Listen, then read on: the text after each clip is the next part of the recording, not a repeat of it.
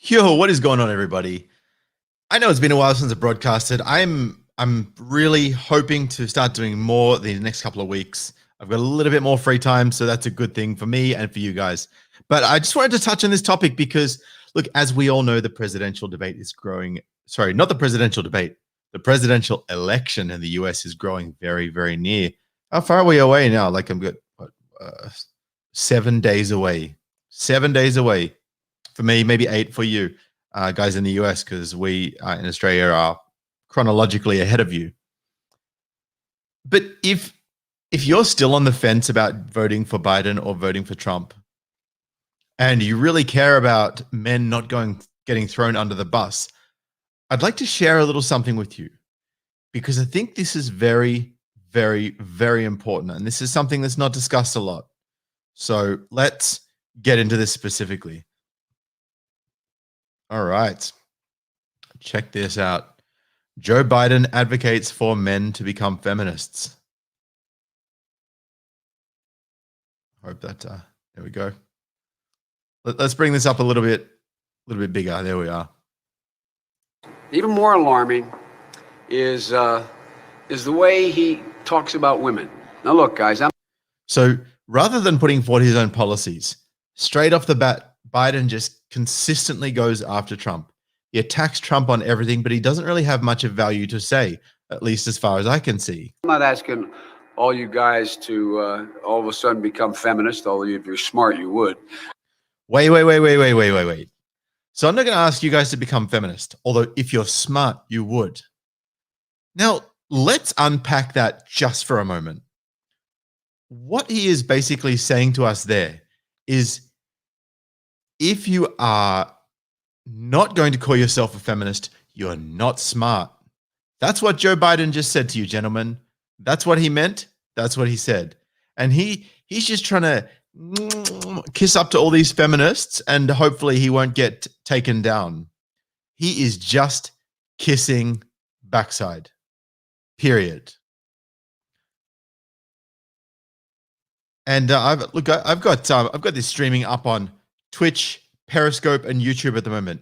And yes, Jigabrew, I do know what feminism means. In fact, you know what? I'm going to share that definition with you right now. Feminism definition. This is the same that's in the dictionary as well. It is the belief in or advocacy of women's social, political, and economic rights, especially with regard to equality of the sexes. Now, whether you say with it could be with regard to nutrition, it could be with regards to philosophy, but regardless of what it's with regards to, it is still the advocacy of women's social, political, and economic rights.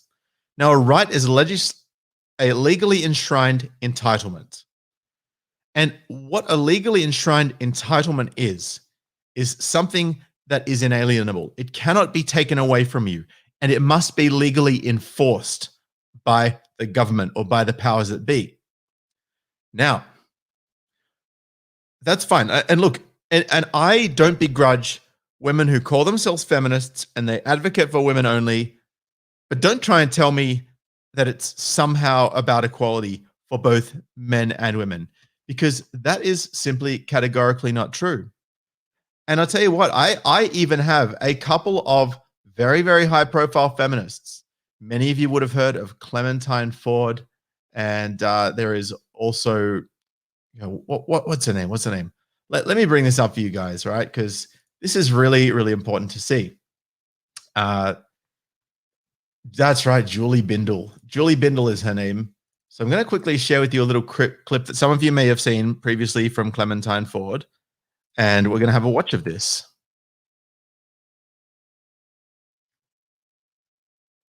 While I grab this other one here. There we go. So have a quick listen to what Clementine Ford has to say. I have a feeling this is going to take a moment. But anyway, so look, while that's loading up, okay, so now that we've determined that that's the definition, if you are going to only advocate for legislative... And feminism is not about men, and feminism is certainly not about hating men. But when I say that it's not about hating men, I don't mean in that reassuring way, like, don't worry about it. Feminism's not really about hating men. We're not threatening to you. I mean, feminism's not about men at all. So people need to stop framing it as if somehow men's feelings are the most important part of the equation. Right, Way like, don't worry about it. Feminism's not really about hating men. We're not threatening to you. I mean, feminism's not right. So she's saying it's not about men at all. It's not about anything. So don't look, I agree with Clementine Ford. Let's stop framing this as somehow about men, because the people that say it is about men are lying through their teeth and covering for the people that know that it's not about men. And of course, there's also the famous Julie Bindel who came up with this. And this was very telling, her approach to it and the way that she actually views feminism. And she's one of the leaders of the movement over in the UK, at least. Very, very prominent, very well known. So this is going to tell you a lot about what feminists are really about there as well. So, you know, I'm glad that those of you on Periscope that are watching agree with me on the definition of feminism, and that it's not about men, and that it doesn't give a shit about men. So now maybe we can have a conversation about people who do give a shit women about and men. Girls. But men have to recognize that the first step in being a feminist ally is relinquishing some of their power, because ultimately feminism is about taking that power away from men. Yes, it is about taking power away from men. It's about taking power away from men to live their lives the way they want to live it. It is about giving that power to women, because here's the thing. When you've got a society and you take power from some people, then someone's always in power. Someone always has the upper hand on some level. So if you're taking power away from men, it means you're giving power to women. I know she's not saying that there, but that's actually what is going down there. So just wanted to share that little bit thing with you, right? Let's go back to this Joe Biden clip.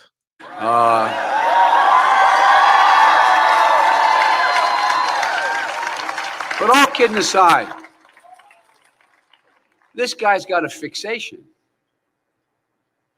Have you ever heard anybody ever talk as much about and be so preoccupied with women's bodies, their shape, whether or not they're good or bad? A guy who said what he said to Billy Bush, that because he is famous, because he is wealthy, he has the right, I'm not even going to repeat it on the air, he has the right to, by the textbook definition, I'm a lawyer. I used to prosecute cases. I used to be involved in these cases. He says, because I'm powerful, I have the right to commit sexual assault, because that's the textbook definition. Right. So Biden is claiming that Trump said, because he's powerful, he has the right to commit sexual assault. So apparently, because he is powerful, and a lawyer would know this, and apparently Biden claims to be a lawyer, or that he's been a lawyer, he's claiming that somehow he has a government-protected, legally enshrined entitlement to sexually assault women simply because he's rich and famous, which is completely and utterly false. And secondly, on top of all of that, what he claimed that Trump actually said wasn't even true. Do you know how I know this? Because I actually have the video here to share with you about what Trump actually said, so you guys can see for yourself what it is that Trump actually said. Let's go to this one. I moved on her, actually. You know, she was down in Palm Beach. I moved on her, and I failed. It's the private conversation that has shocked America's public. You know, I'm automatically attracted to beautiful. I just start kissing them. It's like a magnet. I don't even wait. And when you're a star, they let you do it. You can do anything. Whatever you want. It was recorded in 2000. Now, I'd just like to give some context here, because girls, look, any girls listening to this, you and I both know the shit that you say to other girls about what you can do to guys, what you can get away with, what you've done to them, where you've groped them, right? How you've used sex to get what you want out of them. You and I both know it. So let's stop lying that this is a one-sided thing, right? And all he's saying is that I'm really attracted to women. I just want to kiss. This is basically saying, I'm attracted to women. I just want to kiss them. I just want to be with them. They're beautiful. right? Do girls not want to be with and kiss and be attracted to good-looking guys? Of course you girls do. Don't pretend like this is somehow exclusive phenomenon that only exists in male spaces and locker rooms. That's complete bullshit, and you know it. Let's continue. 2005, the year Donald And by the way, at least Trump has the humility, right? If you want to talk about this, to apologize for what he said, and you'll see that in a second. Trump married his third wife, Melania. In one part of the exchange, he talks of how his fame allows him to grope women. Hello, how are you? Hi. Trump, how Nice are seeing you. Terrific. By the way, his fame itself doesn't allow him or permit him to grope women. Me too. Several hours after the footage was released, the Republican candidate issued his response. We're ready. Let's go. I've never said I'm a Right? So after he said they'll let you do anything, he says they'll even let you grab them by the P sleeve, which, by the way, is true. I mean, do you see, like, does anyone even see the way that girls throw themselves at famous guys? Right? Even, but this is how true this is, right? I'm even going to bring this up as well. Do you guys remember when Kesha went up to Seinfeld and tried to hug him and he didn't even want it? And do you know why? Because he's rich and famous and women will let you do anything. Charger, like anytime you want to charge up your phone, you just plug it in. Because it's hard to just sleep when you're tired. Because people are tired most of the time. Kesha, I love you so much. Oh, thanks. Can I give you a hug? No, thanks. Please? No, thanks. A little one. Yeah, no, thanks. Oh. See, guys, she would let Seinfeld do anything. And this is my fundamental point, right? This is my fundamental point. And look, I know there's a lot of girls out there that won't let guys do just anything to them because they're famous, right? And I acknowledge that. And it goes both ways. But there certainly are a lot of girls out there who are attracted to fame and who are attracted to status. This is called hypergamy. And it's not, I'm not blaming women for anything here. You know, this is a natural phenomenon. This has been going on ever since the beginning of time. Right? And it's interesting because, you know, there are some individuals who say that men going their own way is the biggest crybaby movement in history, even worse than incels. Well, you know, it's quite funny because those particular people are the very same people that we have no interest in going anywhere near. I have had more success with women than I've ever had prior to deciding that I was the most important person in my life, that I would no longer tolerate people deciding, you know, the terms of my life. And, you know, you can slander me all you want based on my YouTube name, whatever you want to say, oh, MGTOW, blah, blah, blah. At the end of the day, guys who reclaim their own lives, who start saying no to people who don't care about them or who don't have their best interests at heart, which is fundamentally what it's about, these people don't understand. And if you want to go on Wikipedia, if you want to go on Everyday Sexism, if you want to go on some feminist blog and read about what men going their own way means, expect to get misleading results. Expect to get misleading results.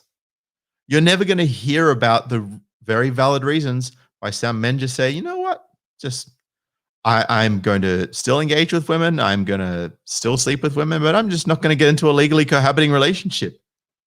And I mean, for me, at least as far as I can tell, that's one of the fundamental principles of the men going their own way philosophy. Don't get involved in legally cohabiting relationships, because the reality is the law does not favor men. In fact, it actually actively discriminates against them. Ryan Link Gaming says, when you're on your purpose, women start to chase you. And I can tell you for an absolute fact, Ryan speaks from experience. Ryan is a very accomplished gentleman. So I just wanted to put that out there. And so he's speaking some facts right now. And I'd like to say a big thank you to Leon Ruka, says, I've missed you, brother. I appreciate that, man. Peter Olsovsky says, come on, Sid, who the hell here would vote for Biden? No leftists here. I'm seeing a few in the chat. And yeah, Ryan Lincoln Gaming says, when you're on your purpose, women start to chase you, as I mentioned before. Thank you for that super chat, man. I appreciate that. And he says, Sydney in the building. Thank you very, very much. So I'm actually just bringing something up at the moment because, we hear all of this stuff, systematic sexism and discrimination against women, right? Those words, against women. I fundamentally disagree with that because there is far more legislation that systematically discriminates against men in serious ways, not just little petty ways. And one of them is right here. And it's from the Judicial College of Victoria, which is who trains all the barristers and the senior lawyers and family law court and all the professionals and all the, single expert witnesses and the independent children's lawyers and the legal aid lawyers and all of the family lawyers and all of the family court professionals that are basically are working in that framework. And it's right here. We're responding to men who claim to be victims of family violence. While men can be victims, men are more likely to be harmed by a stranger than a family member. Quantitative research clearly indicates that the majority of incidents are perpetrated by men against women and their children. Here's the thing, right? It's important to remember that people experiencing fear or terror will sometimes make bad decisions, which might add to their portrayal as being hysterical or out of control. Women, if they feel safe enough, may undertake small acts of retaliation, which can be construed as evidence of a pattern of violence on their part. So I just want to unpack that sentence there just briefly, because I find that very interesting. So if a woman is hysterical and crazy and losing the plot, that is not a reflection, by letter of this, that is not a reflection on her character or how suitable she is as a parent or, how insane she is or how irrational she's been. But if a guy is hysterical or out of control or irrational, then that's a reflection on his character. So either what we're saying here is that women are less capable of managing their emotions, or that we're discriminating against men. That's what's being said here. It's one of the two. There's no other option. There's no other way that you could do mental gymnastics and somehow reach another conclusion on this. I'll continue. Often men who are genuinely victims of family violence experience the violence from a same-sex partner, carer, or male relative. Oh, so when men are victims, when men are on the receiving end of violent behavior, it's just because it was another man. It's never another woman. Even though there's countless articles in the news about women running over men, pinning them up against walls with their vehicles just because they got upset after a few dates that the guy didn't want to have a relationship with them. But, look, we're getting a little bit off topic here, but, anyone who wants to check this out, search for Judicial College of Victoria, click in the top right-hand corner where it's got the three little lines, go to resources, go to the family violence bench book, and look through to section 5.4, which is specifically on men. So I'm going to get back to this now. Anyway. I'm a perfect person, nor pretended to be someone that I'm not. I've said and done things I regret, and the words released today on this more than a decade-old video are one of them. Anyone who knows me knows these words don't reflect who I am. I said it, I was wrong, and I apologize. There we go. He said it, he's wrong, and he apologizes. And look, I'll be the first to admit that just because someone apologizes for something, it doesn't automatically make what they said right. But we need to understand that, this is just two guys talking amongst each other. I hear chicks talking amongst each other, talking about how, I effed this guy and I sucked him off and I did this and, he's an effing loser because he doesn't have a job or, he's a lazy fat whale and, I would never date a guy like that. Basically writing off probably over half the American male population. But by the way, I'm not attacking Americans here because the thing is, most of us are overweight at some level. Like the guys that all the girls go for are the one, or at least for the most part, are very, very shredded. And it's no secret that America statistically is the most obese nation in the world. So I guess that's what I refer to when I speak about this. And this is why I am actually so excited and so passionate about encouraging men to work on their fitness, to eat better, to cut sugar out of their diet wherever they can, and remove processed foods, and gluten, and all of these unnecessary things that really don't help us with our longevity. And I'm very fortunate to have worked out about this stuff earlier, because I mean, I'm 40 now, but I have people all the time telling me I look 30, occasionally late 20s, usually early 30s. But you know, to be judged to be almost 10 years or more under what your age is, I'm pretty happy with that. And I'm very grateful for the people that have shared nutrition tips and health tips with me that have gotten me to this point. So, you know, I really encourage you guys to stick on that health journey and go with it. But while we're on the topic of, you know, things like health and fitness and stuff like this, we mentioned, Biden mentioned before about how, you know, oh, this guy always mentions stuff about women's bodies and their shape and everything. So I found this article, and it says 50 ways women share the ways they were body shamed, and it's just too horrible to read. Now, I found there were a lot of posts. Some of the posts I couldn't determine whether the person doing the shaming was male or female. But 1, 2, 3, 4, 5, 6, 7, 8, 9, 10, 11, 12, 13, 14, 15 of these 50 were definitively shaming from other females. There was a couple from guys as well, and you know, I'm equally think the ones from guys, most of the few that there were actually trying to tell them, hey, this is basically in a roundabout kind of way, this is what guys tend to be attracted to. You know, we as guys, we want to help the girls in our lives to have the best lives they can, just as we usually want to help our guys in our life to have the best lives they can. So let me share with you some of this female shaming, because that completely blows Joe Biden's storyline that men are the ones doing all the shaming out of the water. Let's start. Here we go. Share that one there. It's here. If you lose weight, someone will love you. My nan. And then apparently her boyfriend loves her for who she is, and she's still the same weight. So the guy's not shaming her, but the nan is. Let's go to the next one. You need to look at yourself naked to start realizing how fat you actually are. My mother.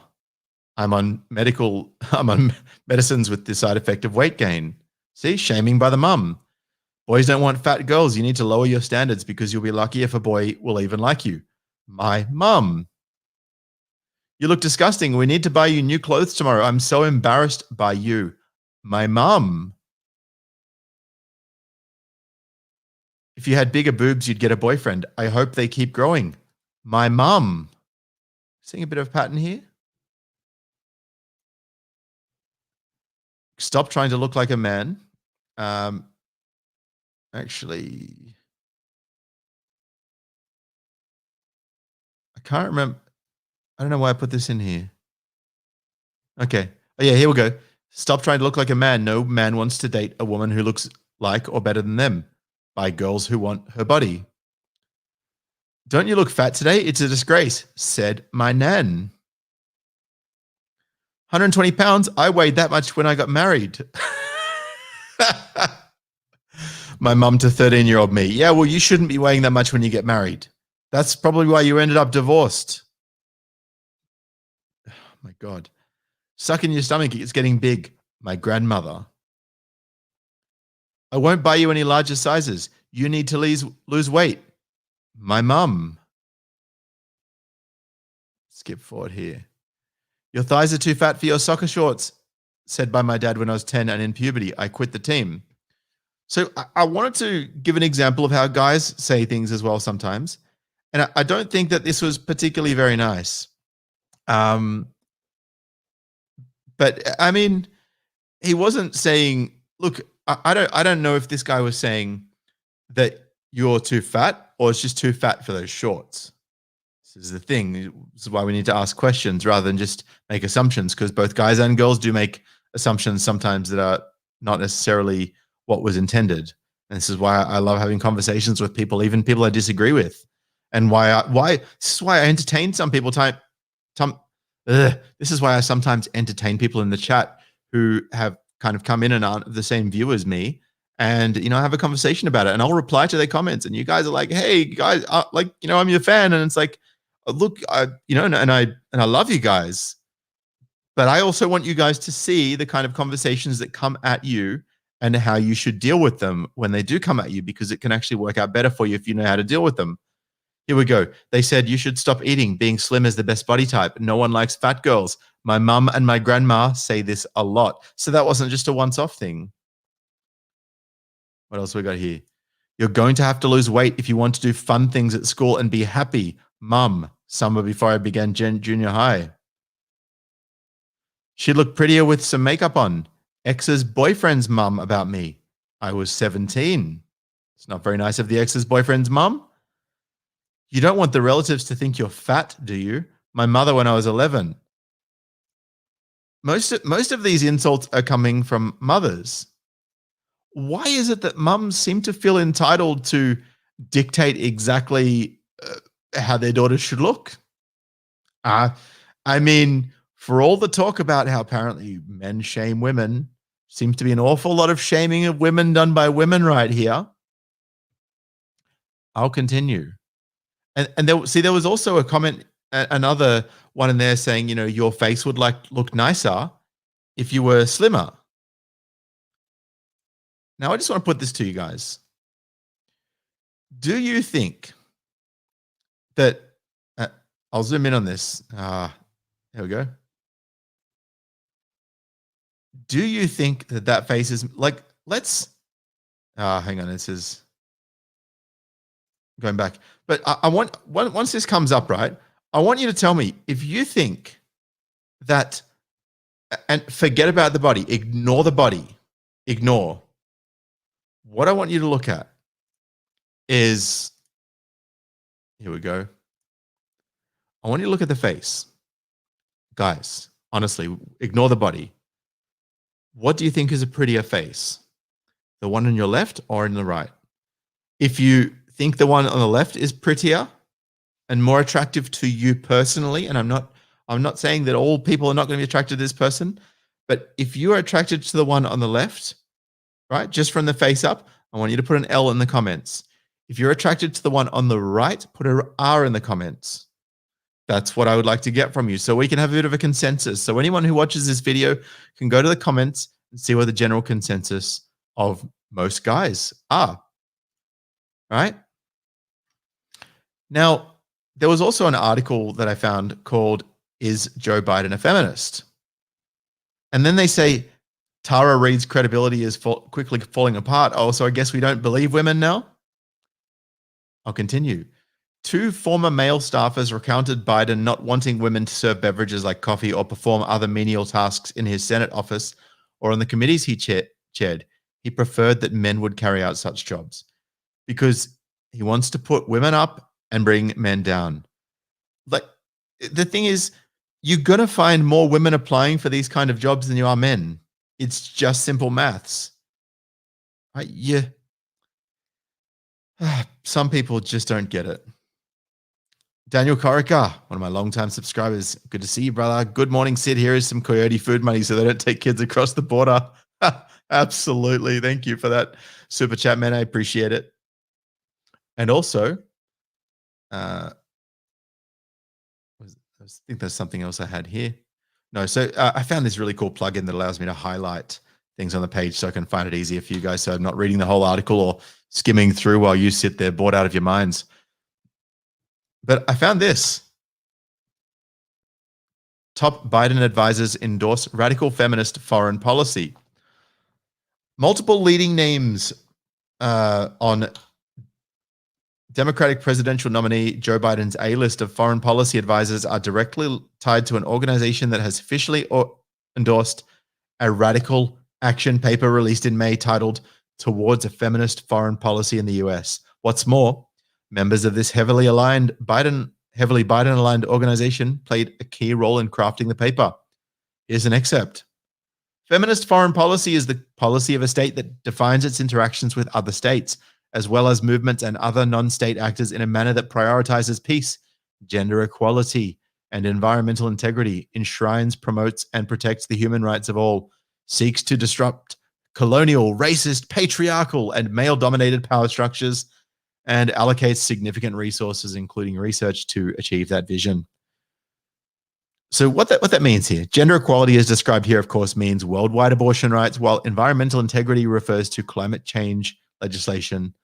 Promoting massive unchecked immigration into the US under the guise of a feminist approach to immigration is a main staple of the action paper.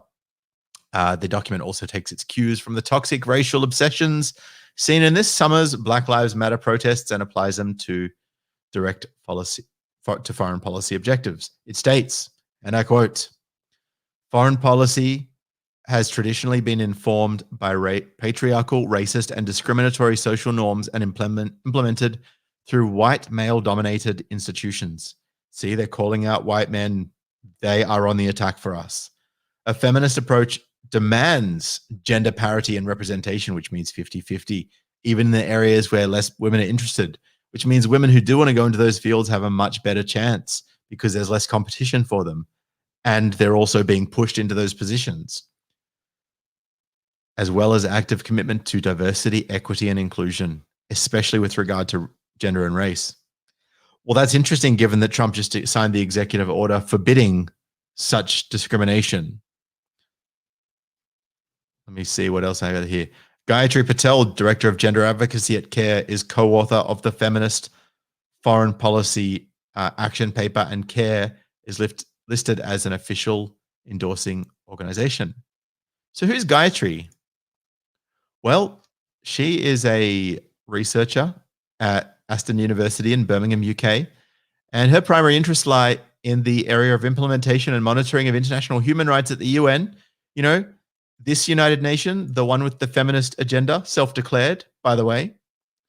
Let me just reset this to a normal size. There we go. Same United Nations. See, UN Women. Every leader needs to adopt a feminist agenda. And Joe Biden certainly has adopted a feminist agenda. So yeah, international human rights at the United Nations, which of course we know is women's rights only, with a focus on women's rights. Oh, what a surprise. Children's rights and LGBTI rights. So she's a radical leftist by all accounts that I can tell. So let's get it back onto this. Heather Hurlburt, another FP4A advisory board member and Clinton administration alum. Who's Heather? Well, she was mentioned in Politico, referring to the Gates-Clinton axis. And it says Clinton too has experience. I just want you to think about the importance of this. Clinton too has experience in navigating the highest levels and of building unlikely alliances. This replicates one of her most effective moves in the Senate, which was to figure out who the power brokers were, study up on them, and make sure she could work effectively with them, said Heather Hurlburt, executive director of the National Security Network, a Democratic group. Now, let's just unpack that for a moment, right? Heather Hurlburt said that one of Hillary Clinton's most effective moves in the Senate was to figure out who the power brokers were, study up on them, and make sure she could work with them effectively. What does working effectively with a power broker means? It means understanding how to leverage power from that power broker to suit your agenda. That's what that means. So now that we know what Heather Hurlburt's about, now that we know what Gayatri Patel is all about, let's have a quick look at what some of the women, right, who are advocates of the Biden campaign have been saying. Some of you guys may remember this, some of you guys won't. And there was a lot more of these type of things that I found, and I've got screenshots somewhere, but I've got about 12,000 screenshots in a folder documenting all this cancer. I'm going to catalog it one day, but today's not the day.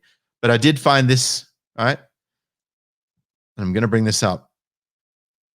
Here we go. Here we go. Joe Biden could grapefruit me in the middle of Fifth Avenue, and I would still vote for him before I would vote for Trump or Sanders. And of course, this is Sandy Noah here. We have to believe women. There we go. BLM, hashtag Stay at home, save lives. So this chick who's clearly a leftist, like a radical leftist, is saying that Joe Biden could do that to her in the middle of Fifth Avenue and she'd still vote for him. I thought that that was one of the most heinous things that could happen to a woman. So, you know, I would love to ask Sandy the question. Is it actually that bad if you'd prefer that to happen than a political candidate to be elected? The world's not going to end. You're not somehow going to get locked up in cages. You're not going to suffer lifelong trauma if that happens. Or I don't know, maybe you will. Maybe you will. Maybe you are too intellectually delicate to be able to handle a genuine and honest debate about something like that. Who knows? I couldn't say. It's not my place anyway. But then what makes it worse, right? What makes it worse for me? And I saw this and I was like, oh my God, are you serious right now? Are you serious right now? I saw this. Sandy gets it. I would let Joe Biden bang my wife, anything to get Trump out of office. This is the textbook definition of self-imposed cuckoldry.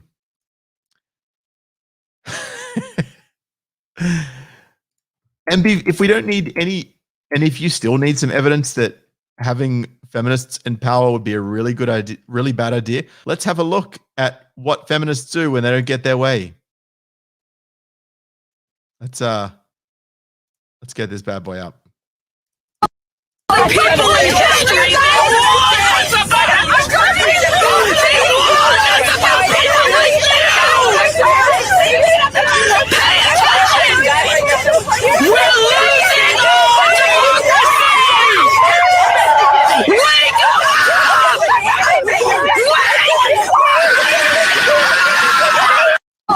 Guys, I'm sorry about your ears there, but if I had to sit through that, so do you. Now, before I go any further, thank you to Aussie MGTOW Bear, one of my channel members. And if you want to join, click the join button down next to the subscribe button on my channel. I appreciate it. And we'll have some members only perks very soon, maybe even this week. Buy some drinks for the election broadcast. I'll have a drink with you while we watch the red wave sweep across the US. Oh, yes. It is going to be so sweet. And I am going to make sure that I block out the time. I am going to be ready, available. I'm going to be sitting here waiting to watch this election broadcast. It's going to be a few hours, but it's going to be some of the sweetest few hours of the last 4 years. So thank you very much for that, Aussie MGTOW Bear. And I would just like to finish up, guys, by saying, you know, we are not losing our democracy. We all have the free choice to vote who we're going to vote for. And even if you think that, you know, you don't know who to vote for, look, you know, no one's perfect. But if it's between Biden or Trump, do you really want the guy that I just showed you all about being the ruler of the free world? Didn't think so. Anyway, guys, I'm out of here. I appreciate you all. Thank you so much. And hang on. We got one more super chat from Ryan Lincoln Gaming. Thanks, Ben, for all those. I appreciate it. Says, all right, BRB, I'm going to go get some vodka now. Go get that vodka, man. Kick back, relax, enjoy yourself. Men, look after yourself. Stay healthy. Cut back on the sugar. Cut back on the carbs unless you are bodybuilding and you know what you're doing with it. Get fit. Get walking. Research calisthenics, CALISTHENICS. If you need to skip back and listen to that again, calisthenics is how it is read. And that is basically using your body weight to do weights training. And I think it's very, very effective. It's also a lot cheaper than buying yourself gym gear. So there's no excuse for any of us men to be dropping the ball other than simply not giving a shit anymore. And I think that it's a great time to be alive. I think it's really time for us to step into our power and to own ourselves and own that which is around us and be leaders in our own right. Guys, I appreciate you. Thank you so much to all those who support my channel. If you want to donate as well by PayPal or Patreon, Subscribestar, or if you just want to flick some crypto my way, if you appreciate this content, feel free to do so. If not, thank you so much for listening. Make sure you like, subscribe, and share these videos, particularly with the election coming up. and, you know, take all these little gems of wisdom and use them to propagate the knowledge out there and educate other people on stuff that they don't know about, because knowledge is power, gentlemen. Knowledge is power. And I hope I've imparted some powerful knowledge on you today. Anyway, guys, I'm out of here for now. I appreciate you all. Thank you so much for tuning in, and I'll catch you in the next video. Peace.